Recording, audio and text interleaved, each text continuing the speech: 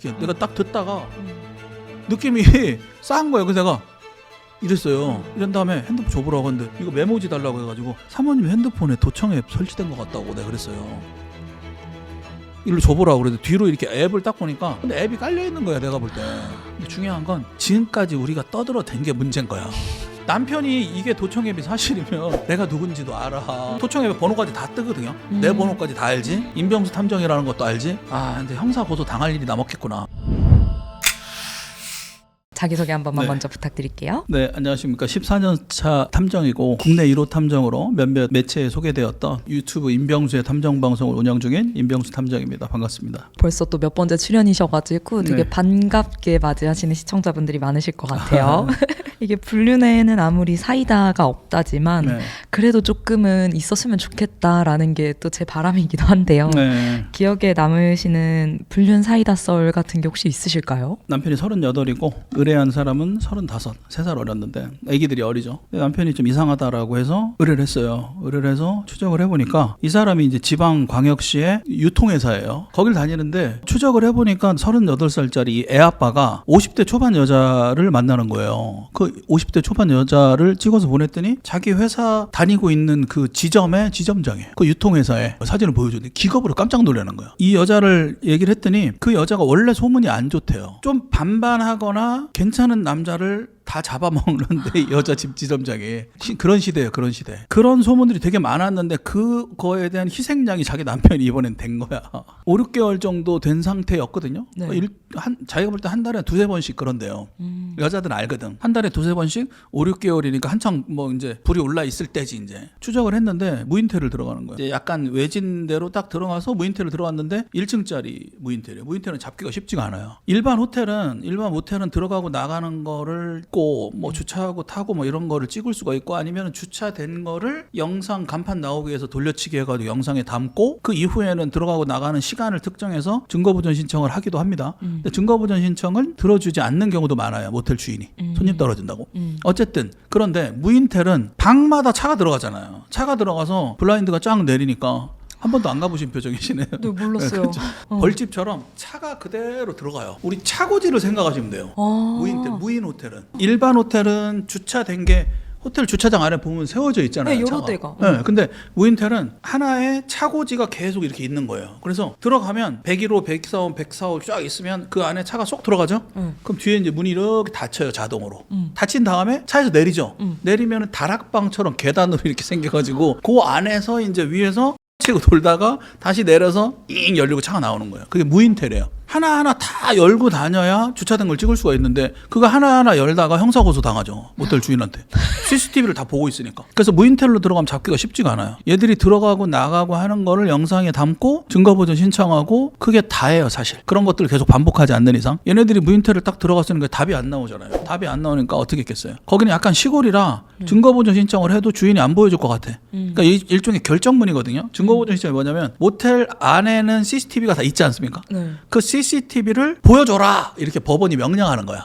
그걸 보여달라라는 거를 변호사가 법원한테 증거보전 신청이라는 걸 하면 법원이 딱 보고 네가 쳤구나. 결정문이라는 걸 발부를 해줘. 그럼 그걸 들고 가서 법원에서 결정문 받아왔으니까 보여주세요. 이런 거거든. 근데 이걸 보고 거기에 강제될 필요는 또 없어요. 모텔 주인은. 대실 왔다 갔다 하는 애들이 다 돈인데 소문 잘못 나면 대부분 다 불륜이니까 이런 걸로 많이 오겠지 또. 그래서 CCTV 지워졌습니다. 우리 모텔은 3일이면 다 지워집니다. CCTV 고장났습니다. 이러면 안 보여주는 게 되게 많아요. 그러니까 현장 잡기가 굉장히 난해하죠. 근데 여기는 내가 어떻게 했냐면 오라고 그랬어 다.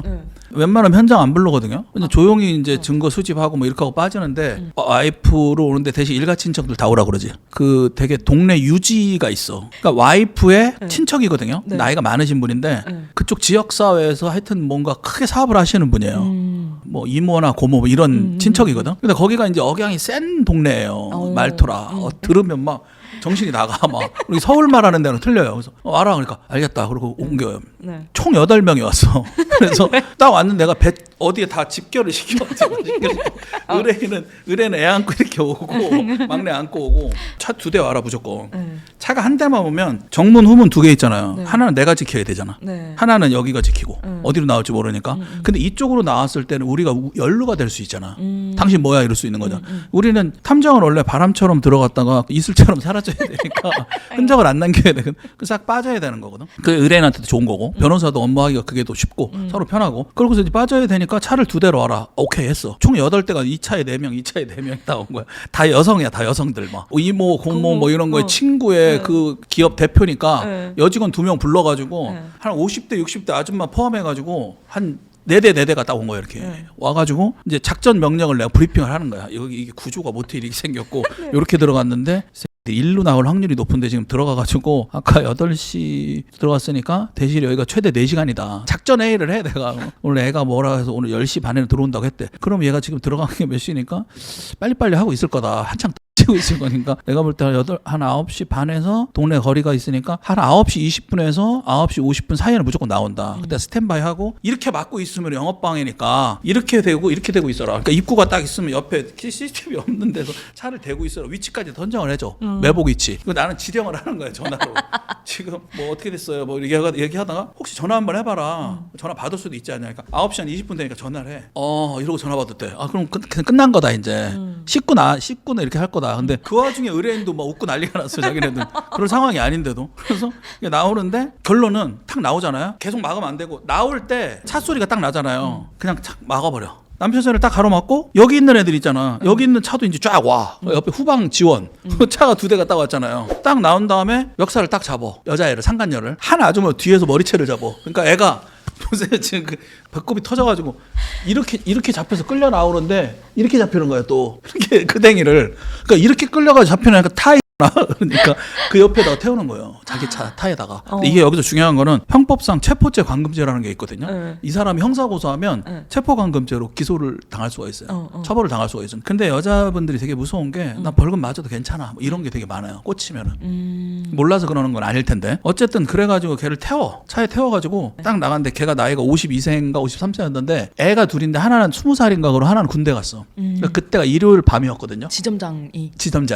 그걸 이미 알고 있지. 남편을 통해서 알았겠지. 그 여자에 대한 신상을. 미리 이제 A4 용지로 다 준비를 해왔을 거 아니에요. 육하 원칙 진술서를 받는 거야. 언제 어디서 몇 번 봐서 어디서 쳤고 다 써있. 다 쓰게 만들어. 차 안에서 다 쓰게 한 다음에 다시는 만나면은 1억을 뭐 즉시 지급하겠다. 그 다음에 그걸 하기 전에 이제 뭐를 하냐면은 그날이 일요일 밤이니까 하나는 대학생이 하나는 군대 갔다 그랬지. 아들 둘이고 남편이 있고. 너그 집 어디요? 지금 말투가 나와버리네. 너그 집 어디요? 머리 자꾸 흔들어 버리니까 싹싹 비는 거예요. 지점장이니까 회사에 알리지 마라. 그리고 남편한테 알리면 큰일 나잖아. 그 걔를 차에 태운 다음에 가자. 너네 집 아니까. 지점장이니까 집을 아는 거예요. 그러니까 이 여자 입장에서 이제 잠시 상간녀로 빙의가 돼 보시는 거예요. 상간 딱 입장에서 찍고 딱 나왔는데 머리채 잡히고 차에 딱 타가지고 다 쓰래 거기다가. 다 쓰기 전에 뭐라고 하냐면 너 그 집으로 가자. 지금 너 남편하고 아들이 있는 데로 가자. 이러면 그걸 쓰겠어요 안 쓰겠어요? 근데 쓰는 데서 끝나는 게 아니고 소장을 다 써가지고 왔어 이미. 소장을 받을 때는 보통 집으로 보내거든요. 근데 이렇게 하셔야 돼요. 직장으로 보내야 돼 소장을. 변호사들이 그걸 코치해줄 거예요. 타격감 있는 곳을 보내야지. 그리고 저는 어떻게 하냐면은 직접 가라 그래. 소장을 들고 우편으로 안 보내고 등기로 안 보내고 일요일 밤에 똑똑똑 두드려. 들은 다음에 홍길동 씨야. 홍길동 씨 와이프가 외도를 해. 그럼 여자가 이름이 뭐 김말순이야. 김말순 씨 집인가요? 이럴 거 아니에요. 일요일 저녁 8시에 저녁 먹고 TV 보는데 엄마 누구야? 뭐 이렇게 나오는데 근데 남편이 나왔어. 김말순 씨 집인가요? 변호사 사무실에서 서류 전달하러 왔다고. 이혼 전문이라고 꼭 싸나지 위에다가 로펌 위에다가 매직으로 서류를 전달하는 거예요. 이거 당사자 아니면 안 돼요. 남편이세요? 안 돼요. 김말순 씨한테 직접 전달해야 돼. 누군데요? 제가 남편이에요. 법적으로 안 됩니다. 이렇게 계속 해요. 더 미친다니까? 지금 뭐 애 엄마가 없나? 그럼 다시 올게요. 그럼 가. 미쳐버리는 거야. 아니 매기는 거죠 완전히. 근데 이거를 제3자한테 알리거나 이제 법적으로 문제가 되는데 나는 그 여자한테 전달하는 거라니까. 그리고 직장도 그 여자 이름 또박또박 써가지고 어디 무슨 지점 점장 누구 뭐 이렇게 걔한테 보내는 거야 직장인. 근데 걔는 이제 점장이니까 집이 또 타격감이 있는 거지. 그래서 그러니까 싹싹 피는 거야. 이거 소송하면 위자료가 보통 한 최대 3천만 원 정도 나오는데 제가 3천만 원 지금 입금해드릴게요. 제발 막 싹싹 그 자리에 3천만 원 이체해줬잖아요. 그 전화 와가지고 탐정님 고맙습니다. 나는 나는 얼마 안 받았는데. 그게 좀 사이다였죠. 남편은 거기에서 집까지 걸어서 2시간인데 걸어갔대요. 차 뺏고 이 차는 너가 타라잉 그러고서 얘 태우고서 막 조지는 거야 가서. 탐정일을 하시면서 좀 난처한 의뢰였다 하는 것도 있으셨을까요? 지역의 유지, 잘 아는 지역의 유지인데 제 고향이에요. 그 지역의 유지 여자분이 소개를 한 거거든요. 만났는데 그분하고 이제 소개한 분하고 그 여성분하고 저하고 셋이 만났어요. 남편이 자기를 매일 협박을 한대요. 왜 협박을 하냐? 널 죽여야겠다 막 이렇게 협박을 한대.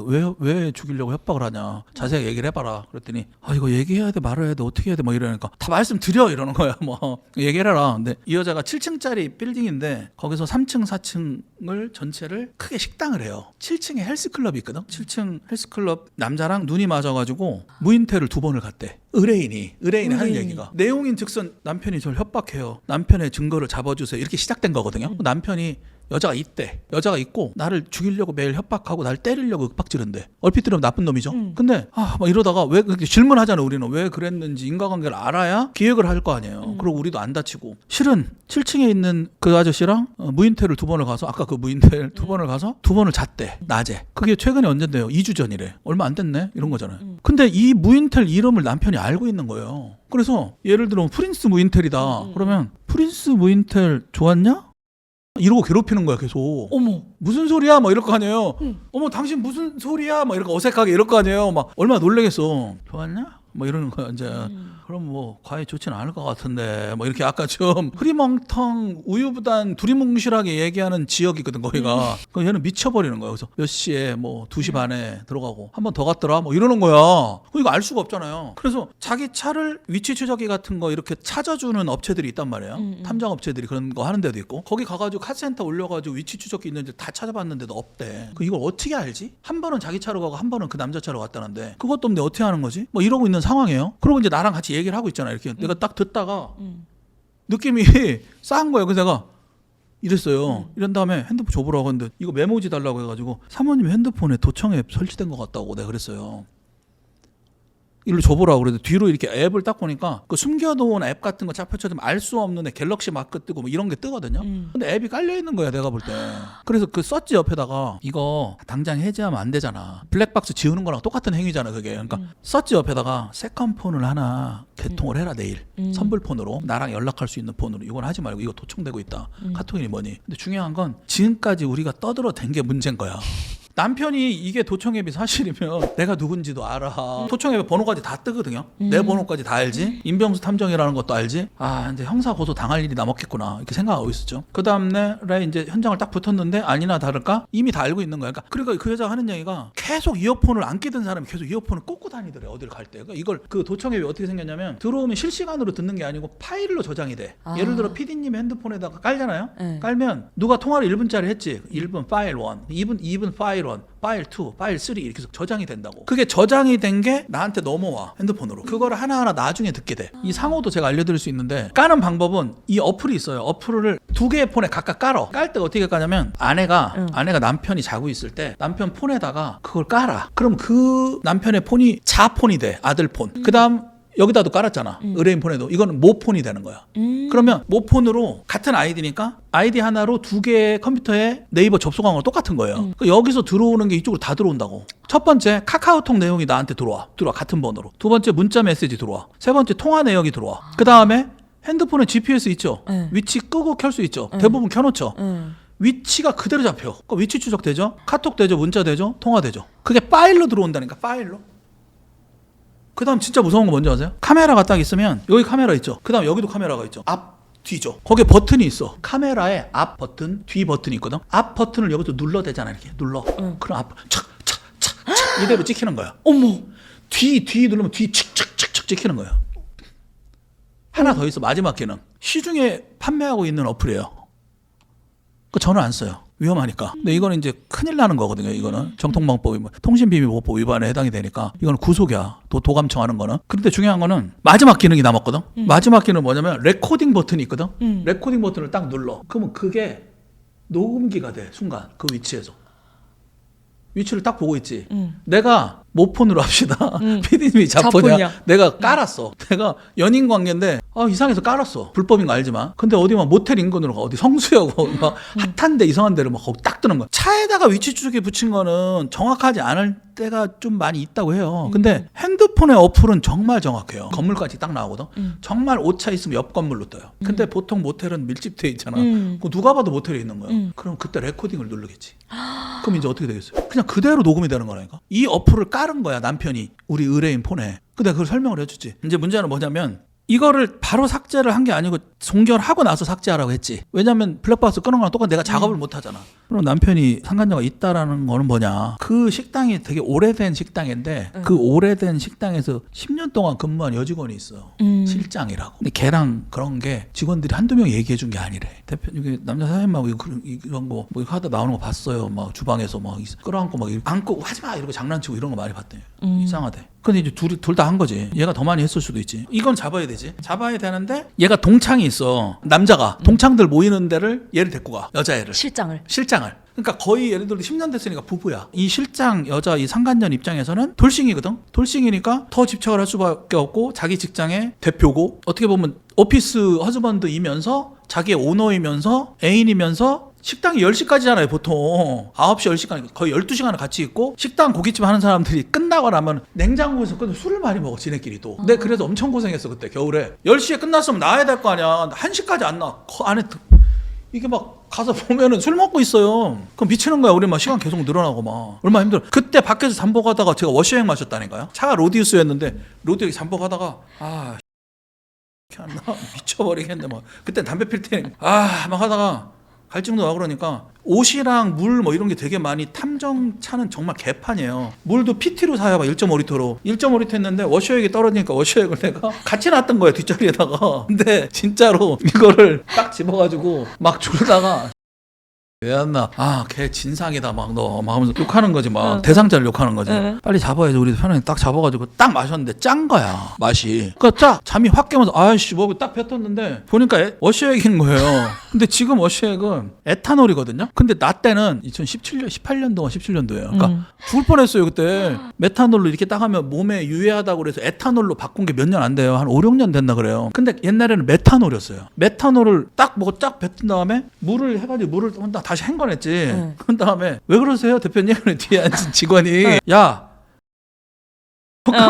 별짓 다 한다 진짜 때려쳐야지 진짜 막 하다가 저 안 나오고 막 하다가 나 이거 마셨다. 그러니까 삼키셨어요. 아니 조금 들어간 것 같아. 그러니까 야, 메탄올 먹으면 어떻게 되나 찾아봐. 그러니까 딱 실명할 수 있고 사망이 이럴 수 있고 뭐? 막 해가지고 거기서 응급실을 걸어갔지. 그때 생각이 나네. 그래서 얘가 이제 나와가지고 거기서 1차 하고 동창들 모여 있는 데를 가서 치킨집 가서 술 먹고 막 하는 걸 내가 이제 앞에 건물 2층에서 막 찍었지. 다 가지고 끌어안고 막 이렇게 하는 거. 이 여자가 이 증거를 잡아가지고 서로 딜을 한 거예요. 지금도 이혼 안 하고 잘 사는 걸로 알고 있거든요. 그 실장은 자른 걸로 알고 있고 내가 볼 때. 근데 얘기를 들어보면 7층 그 헬스클럽 사장하고 눈 맞은 것도 이 여자의 계략인 것 같다 이런 얘기를 해요. 무슨 소리냐. 그러니까 실장이 그 얘기를 많이 했대. 사모님 7층 헬스클럽 사장님이 사모님한테 관심 있는 것 같아요. 이런 얘기를 자꾸 했대. 그리고 거기다가도 둘이 좀 잘 어울려 이런 조크들을 자꾸 한 거니까 가랑비에 옷 젖듯이 막 그런 걸 한 것 같아요. 그러니까 내가 볼 땐 그 상간녀가 큰 그림을 그렸을 수도 있다라는 생각이 드는 거예요. 그 헬스클럽 사장도 돌싱으로 알고 있거든요. 쥐도 돌싱이니까 쥐가 만나가지고 그렇게 하던가. 여기니까 이제 재산이 많으니까 여기를 노린 것 같아요. 그러면은 혹시 탐정님이 생각하시는 불륜에 있어서 최고의 복수는 무엇이라고 생각하세요? 최고의 복수는 내가 남편이 바람을 핀다. 찾아야겠죠. 찾아야 되는 거야. 이게 바람이 맞는지 안 맞는지부터 시작하거든. 이거 내가 이상한가? 일단 스스로 막 가스라이팅 된 듯한 그런 뭐 혼란에 되게 많이 빠지거든요. 그러면서 이제 멘탈이 나가기 시작하는데 일단은 증거를 찾아내는 게 중요해요. 그리고 찾아낸 다음에는 상간녀를 조지는 게 중요해요. 이 조지고 나서 를 조질지는 그 이후의 결정. 그러니까 다 별개예요, 별개. 옛날에 형법 241조에 간통죄가 있을 때는 형법과 민법 중에 형법의 범죄로 구성이 돼 있을 때는 경찰이 출동하는 거거든요.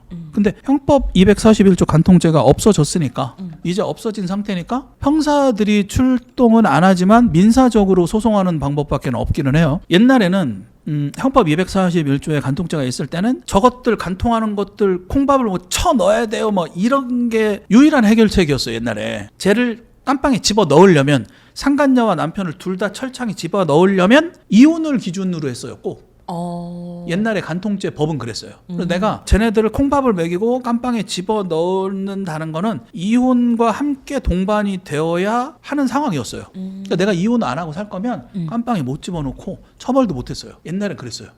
장점이자 단점이죠. 간통죄가 없어지면서 깜빵에 집어넣을 수는 없어요. 그러니까 정가가 안 올라가. 내가 100번을 바람을 펴도 나는 정가가 없어. 대신 민사소송 말 그대로 내가 돈 빌려줬으니까 갚어. 요 정도 급이거든 그냥. 내가 2천만 원 빌려줬는데 안 갚으니까 민사소송에서 2천만 원 받아주세요 판사님. 딱 이거예요. 그냥 채권 채무하고 똑같아. 네가 우리 남편하고 싫은 바람에 가정이 풍파가 이렇게 일어나가지고 내가 너한테 위자료를 청구해야겠어. 그러면 1,500, 2천만 원 나온다니까? 말이 안 되죠.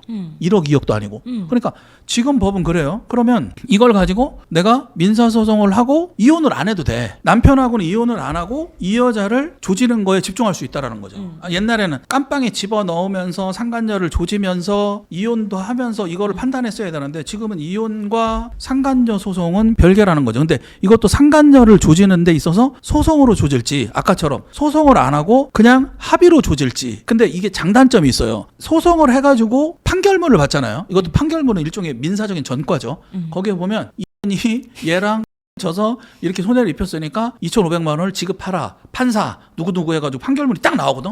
이거는 평생 갖고 있을 수 있는 거잖아. 내가 소송을 한 와이프야. 소송을 당한 상간녀야. 내가 채권자가 되는 거고 이 상간 채무자가 된다고. 그건 채권 채무에 대한 판결문이거든. 근데 이거를 가지고 내가 평생 들고 있을 수 있다고. 사건 번호, 주문 번호도 다 나오잖아요. 판결문 번호가 나오잖아요. 그죠? 네. 그러니까 이걸 내가 평생 들고 있으면 그냥 내가 3천만 원, 2천만 원 빌려줘서 위자료를 받고 손해배상 청구했다 이런 내용이 아니고 평생 상간녀의 낙인이 찍히니까 상간녀로서 이 채권 채무 관계가 생기면서 너는 이걸 지급을 해라. 너는 상간녀의 어떤 꼬리표를 평생 딸고 다니는 되는 거예요. 그래서 이게 유명한 얘기가 이 상간녀였던 이 결혼을 하는 거야. 그러니까 예식장에 얘가 찾아가서 난리를 친 거야. 네가 결혼을 해? 내 남편하고 우리 뭐 이 남자랑 이랬더니 막 난리를 쳐는 거예요. 그럼 이제 명예훼손이 될 수 있죠. 네. 근데 중요한 건 그냥 난리를 치는 거랑 그 암행어사가 뭐 표 보여주면서 하는 건 이게 보여주는 거. 이거 상간녀 패소한 이거 상간녀가 이게 평생 갖고 다니는 거거든. 일종의 민사적인 전과예요. 그러니까 이거를 나는 반드시 갖고 있어야 되겠다. 상간이 너무 어려. 그러니까 저걸 지구 끝까지 가서 죽여버려. 그럼 소송을 해야 돼. 판결문 항상 품에 안고 있는 거지. 그래서 얘를 평생 결혼을 하든 아기를 낳든 뭐 무슨 일을 하든 뭘 하든 간에 내가 뭐 이렇게 알고 있는 거를 원하는 의뢰인도 많아요. 그러면 소송을 해서 뭐 2천 3천 받자고 하는 건 아니거든요. 2천 3천 이 탐정 의뢰 비용으로 쓰고 받고 해봐야 그 정신적인 손해가 얼마나 크겠어요. 근데 통상적으로 우리 법은 그렇다. 그래서 이거는 판결문을 갖기 위한 어떤 중요한 의미가 갖고 있다라는 거 하나. 근데 만약에 판결문을 안 하고 내가 내 승질에 못 이겨서 누구 집 어디여 막 해가지고 앞에서 잡들이를 해버리면 상간 판결 소송을 못 받는 단점이 있다. 그런 거를 잘 생각을 해서 해야 되는 거고, 이제는 옛날하고 법이 틀리게 상간녀를 조지는 건데 난 당신 사랑해 평생 함께하자 이럴 수 있다고. 그러니까 남편을 이혼을 안 해주면서 상간녀를 조지는 게 가능하다는 거죠. 누구 좋으라고 해줘? 이런 생각을 한다는 거죠. 그러니까 물론 이제 어느 정도 경지를 넘어가야 돼. 이거는 경지를 넘어가야 되는데 이런 거죠. 내가 예를 들어 상간녀 소송만 하고 남편한테 이혼 소송을 했어. 그러면은 뭐 재산 분할이라는 거는 크게 의미가 없단 말이에요. 이게 유책하고는 유책은 2, 3천으로 끝나는 거고 재산분할 거의 반 5대 5니까 나는 뭐야 지금 이게 둘이 합쳐 4, 5천 받고 뭐 끝나는 거야. 남편 잃고 그 이후가 중요하거든요. 그 이후는 얘네들이 정말 행복하게 살거든. 그런 케이스가 되게 많아요. 과연 선과 악은 존재하는가에 대한 퀘스천 마크. 제가 그러잖아요. 사람에 대한 인간에 대한 본능적인 퀘스천 마크가 항상 따라다녀. 이 업을 하면. 상간녀가 건물주인 경우가 있었어요. 근데 결혼을 해가지고 이 여자도 되게 부자거든요. 법인 대표고. 법인 명의를 다 자기 명의로 해놨어. 남편 명의로 안 했어. 그래서 법인 다 뺏어버리고 아파트도 다 뺐고 무슨 상가 안에다가 이제 독서실 같은 거 스터디 카페도 되게 크게 했거든요. 그런 어떤 뭐 재산권 같은 거 다 갖고 왔어. 딸이 하나 있는데 딸은 외국으로 유학 간 상태였고 남편은 완전히 거지 만들어놨어. 근데 지금 더 잘 살아. 여기 가고 정말 행복하게 살아요. 이 여자는 정말 재산을 다 테이크했는데 혼자 외롭게 살아. 이 트라우마에 약 먹으면서. 이걸 딱 보면서 와. 정말 선과 악이 존재하는가 진짜 이런 생각이 드는 거예요. 그래서 이거 과연 어떤 게 잘한 것일까를 항상 제가 조언을 해요. 의뢰인한테 무턱대고 이혼 빨리 하지 마라. 한 곳에 있는 거 숨으면 힘들지 당연히. 그걸 고비를 넘겨야지. 이거를 딱 상간녀 소송하고 조지고 나서 얘한테 이혼까지 딱 해주면 둘이 날개를 달아주는 거야 지금 완전히. 이혼은 제발 천천히 해라. 이 사람이 원하는 걸 해주지 않는 게 최고의 복수예요. 이제는 뭐 이론적으로 사모님이 더 행복하게 사시는 게 복수예요. 뭐 더 열심히 사는 뭐 그런 거는 피상적인 얘기고, 안 행복한데 어떻게 행복하게 살아요. 기분이 역 같은데 족꼬라지는 아니 딴 걸 아는데 어떻게 그게 잠이 뭐 그 사람 미쳐요 완전히. 근데 그걸 이미 안 이상 돌아갈 수는 없는 거고, 어차피 돌아갈 수 없는 강은 건넜어. 그러면 쟤네들이 살게도 하면 안 되는 거지. 끝까지 죽여놔야 돼 걔네를. 그러면서 어느 순간 나는 이제 전사가 돼 있겠지. 안 그런 사람도 전사가 돼 있어. 될 수밖에 없어 살려면은. 그래서 행복한 것도 쟤네 죽이고 나서 행복한 거지, 조지고 나서. 그래서 얘네들이 가장 원하는 게 뭔지를 판단해야지. 얘네들이 되게 사이가 오래된 사이야. 못 만나게 하면 돌아버려. 그럼 못 만나게 하는 거를 선택하는 거고, 얘가 싱글이야. 그럼 놔주면 날개 다루 둘이 그냥 무조건 100% 같이 살 거면은 절대로 얘는 놔주면 안 되는 거지. 이혼을 누가 난 당신 사랑해 이러면서 해주지 말라니까. 절대 해주면 안 돼.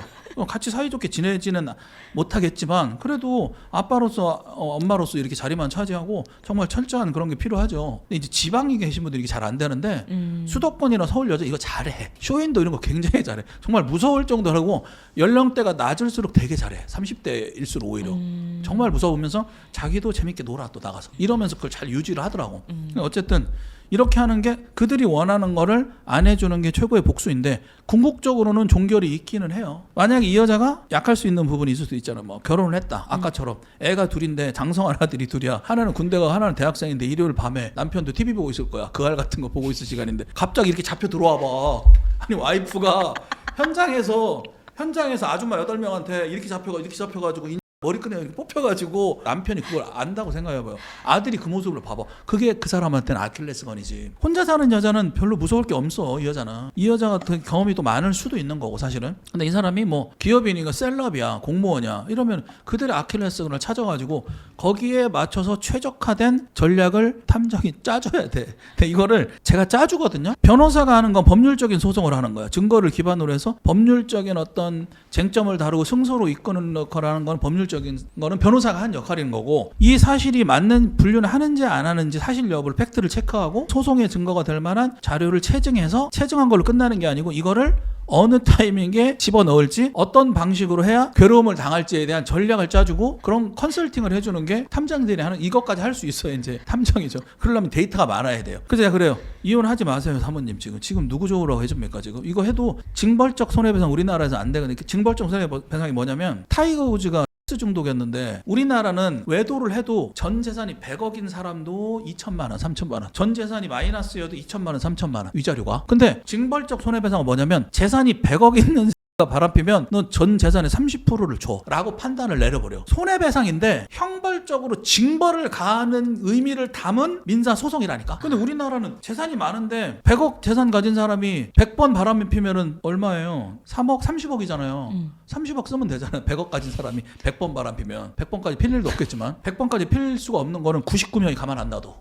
내가 그랬잖아요. 첩지를 못 파. 그러니까 양다리는 화를 불러오는 거야. 그래서 한 명만 만나야 되는 거지. 그래서 어쨌든 그런 심리적인 걸 다 이제 공부를 하게 돼요. 막 탐정을 오래 하다 보면. 그렇게 해야 되는데, 징벌적 손해는 우리나라는 없어요. 여자가 생기고 이혼을 준비하고 그런 애들은 다 재산을 준비를 다 현금화를 시켜놓고. 우리가 이혼을 가면 이혼은 협의 이혼이 있고 조정 이혼이 있고 소송 이혼이 있거든요. 협의 이혼은 뭐냐면, 둘이 가서 판사할 때 우리 이혼할 거거든요. 둘이 합의됐으면 오케이, 합의됐으면 갖고 와. 근데 뭘 하냐면 은행 계좌, 잔액증명서, 보험, 자동차, 할부, 빚, 카드빚 모든 재산 명시를 하게 돼 있어요. 협의 이혼할 때. 근데 그걸 딱 정확히 나눠가지고 분배를 딱 해주고 딱딱딱 해줘 협의 이혼을. 그러니까 무슨 얘기냐면, 내가 가지고 있는 재산을 자꾸 현금화를 시킨다. 금덩어리 만들어 얻어 짱박을 온다. 내 명의에 있는 걸 자꾸 처분해서 한다. 얘는 이혼을 준비하는 거예요 지금. 그러니까 그거 못하게 해야 돼. 바꿔 얘기하면, 남편이 자꾸 바람을 피고 이상한 짓을 하는 것 같다. 그러면은 내가 먼저 준비를 해야 돼. 준비를 해야 되고, 병원을 뭐 남편이 의사다 병원을 하고 있다. 그러면 이제 법인으로 자꾸 전환을 시키고 뭔가 변화를 자꾸 주게 하면서 맛있는 요리도 해주면서 고등어도 해주고 밤에 진하게 사랑도 해주면서, 자기야 그때 있잖아 요즘에는 이게 세제이티 훨씬 좋대더라 뭐 하면서 그거 삶아놔야 돼 완전히. 근데 이거를 나보다 한 발 빨리 한 상관 그러면 안 된다는 거죠. 심지어는 상간녀를 직원으로 옮기는 경우는 되게 비일비재하고 법인 대표가 우리 남편이 법인 대표인데 법인 대표의 직원으로 이렇게 올라와 있는 거예요. 모르는 사람이 일하는 사람 아닌데 이런 거 많이 쓰는 수법이에요. 탈세 때문에 아들 딸들을 다 직원으로 등재시켜가지고 월급을 체크하는 300, 400씩 책정을 해. 그 돈은 자기가 다 먹을 수 있는 거잖아. 통장만 그쪽으로 들어가면 돼. 여기다 상간녀를 거기다 올려놓는다니까. 그러니까 상간녀한테 급여가 지급이 된다니까. 출근도 안 하는데 격리과에서는 계속 급여가 지급이 되고 있는 거야. 그런 식으로 후원을 하는 거죠. 법인 대표들이. 정말 단도리를 잘해야 되고 재산은 무조건 공동명의 뭐 어떤 금괴나 금덩어리 같은 거 사도 무조건 같이 관리를 할 수 있어야 되고 법인이나 이런 것도 무조건 대비를 하셔야 돼요. 근데 나중에는 이제 재산 변화 가지고 싸우거든요. 당사자가 아니라 시어머니나 장모가 의뢰하는 경우도 있어요. 딸이 말기암인데 의사실 뒤에서 뒤에 앉아서 간호사 불러다가 하는 경우 있었고 네. 또 딸이 뇌종양 수술했는데 뇌종양 말기거든요. 네. 근데 이제 남편이 그렇게 하고 다니니까 영업사원이었는데 그렇게 하는 경우도 있고 또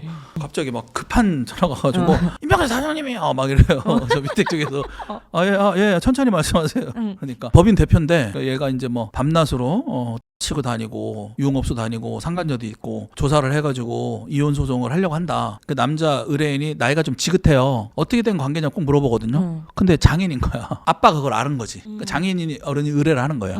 얘에 대한 조사를 해달라. 그래서 이제 얘에 대한 막 쌍욕을 하는 거야. 내가 사실은 사위인데 내가 사업할 때 이렇게 도와주고 이렇게 도와주고 이렇게 도와줬다고 일어날 수 있게. 근데 지금 살만해지니까 이러고 다닌다. 그렇지 자기가 이제 딸들한테도 그런 걸 막 물어본 거죠. 아빠 그런 거 성관계 부부관계 안 한 지 오래됐어. 뭐 이런 얘기를 다 한 거지. 서슴없이. 그런 딸들도 있죠. 뭐 편하게 이제 아빠한테. 저도 딸이 둘인 입장에서 들으면 화가 나죠. 그리고 결혼 전에 사위를 나 이 남자랑 결혼할 거야 하고 왔어요. 왔는데 인사드리러 온 거지. 따님을 주십시오 이러고 딱 온 거야. 남자친구를 딱 데리고 왔는데 만약에 우리 딸이 그럼 좀 찝찝하겠죠. 아버지 직업 미리 얘기했을 테니까. 이러고 쳐다보겠지. 뒤에 차 넘버가 몇 번이 뭐 이러겠지. 근데 딱 왔는데 직업은 뭔가 뭐 이런 거 물어볼 거 아니에요. 기본적으로 내 딸을 뭐 어떻게 할 건지 생각만 해도 열받는데 딸을 둘이나 낳아가지고 걱정이 돼버렸어. 근데 얘가 하는 얘기가 너무 청산유수인 거야. 자기가 집이 경북 김천에 있는데 김천에 뭐 어디 산부터 어디까지가 자기네 집 땅이고 뭐 자기 대대손손 뭐 엄청나게 부자고 막 뭐 밭이 막 이렇게 있고 처음에는 기분 좋겠죠. 그래 볼 것도 없다 결혼해 뭐 이럴 텐데 우린 탐정이니까 그때 말의 불일치성을 보는 거야. 그래서 이렇게 맞나? 이렇게 좀 아는 척을 한번 해보지 우리 같은 사람이면. 그러면 더 이상 하면 안 되겠다 하면서 이제 살짝 뭐 정리를 할 텐데 그런 거 잘 모르는 사람들은 그냥 이렇게 일반인들은 잘 의심 안 하잖아요. 좋은 것만 딱 얘기 듣고 또 얼마나 또 딸내미가 빠져있으면 좋은 얘기만 하겠어요. 또 막 학교는 어디 나왔나 뭐 지금 하는 일은 어디 지금 뭐 무슨 조그맣게 사업 경영하고 있는데 아버지한테 뭐 물려받을 예정이고 막 들어보면 너무 좋은 거야 아마 누가 봐도. 그러면은 한편으로 믿으면 참 좋은데 만에 하나 머지해서 이제 조사를 의뢰하는 거야. 얘가 예비 사위가 이 학교를 나오고 진짜 이 직장을 다니고 그 아버지가 이런 집에 살고 있고 그 땅이 많고 이게 말이 사실인지 여부를 좀 조사해달라. 이걸 이제 일본에서는 평판조사라는 말도 쓰고 결혼전 조사라는 말을 쓰는데 그런 걸 통해서 의뢰를 하는 경우가 있죠. 개뻥이었어요. 이제 개뻥 완전히. 결혼 다 파토났죠 거기는. 우리가 파토 내고 싶어서 낸 게 아니에요. 정말로 막 좀 힘들게 사는 녀석이었어요. 다 들통날 거짓말을 왜 하지 사람은? 그리고 남자애가 의대 다닌다고 막 남자친구 만나는데 결혼한다고 데리고 오진 않았는데 그냥 알아보고 싶은 거야. 근데 자기 남편이 의사래. 근데 딸이 남자친구를 만난대. 근데 나이가 많아. 28이야. 여차하면 결혼할 것 같아. 그래서 한번 데리고 와봐라. 데리고 오라고 하는데도 안 와. 근데 의사래 계속. 만나기는 만난대요 계속. 근데 안 오는 게 이상하잖아요. 이름하고 뭐 이런 거 얘기하면서 이 사람이 여기 진짜 의대생인지를 확인해 달라. 그런 거 간단하죠 우리가. 그런 것들 뭐 그런 의뢰들도 있고. 경찰이나 변호사나 경찰서나 법원이나 뭐 이런 데를 갈 일이 사실 흔치 않습니다 살면서. 그런 데를 안 가보는 인생이 가장 행복한 인생이긴 한데 그러기가 쉽지가 않죠. 살면서 한두 번 그럴 수도 있고. 그런 것처럼 탐정을 만날 일이 힘든 일을 닥쳤을 때 만나거든요. 탐정을 안 만나는 삶을 기원합니다. 그런데 혹시라도 그런 일들이 벌어진다면 내가 매일 가서 장 보고 마트 가고 늘상 반복적으로 해왔던 거라면 사리 분별력이 생기거든. 여기는 여기 음식점보다 여기가 더 맛있어. 이렇기 때문에 가격도 흥정하고 합리적인 소비 결정을 할 수가 있지만 탐정은 내가 이런 경험이 많지가 않단 말이에요. 이런 적이 전에도 여러 번 있었고 이렇게 많지가 않기 때문에 탐정을 고를 때 판단 실수를 참 많이 하세요. 막 광고 많이 올라오는 업체들 고르고 이렇게 탐정의 탈을 쓴 불법 흥신소 출신 전과자들 출신 이상한 업체들이 많이 있을 수 있거든요.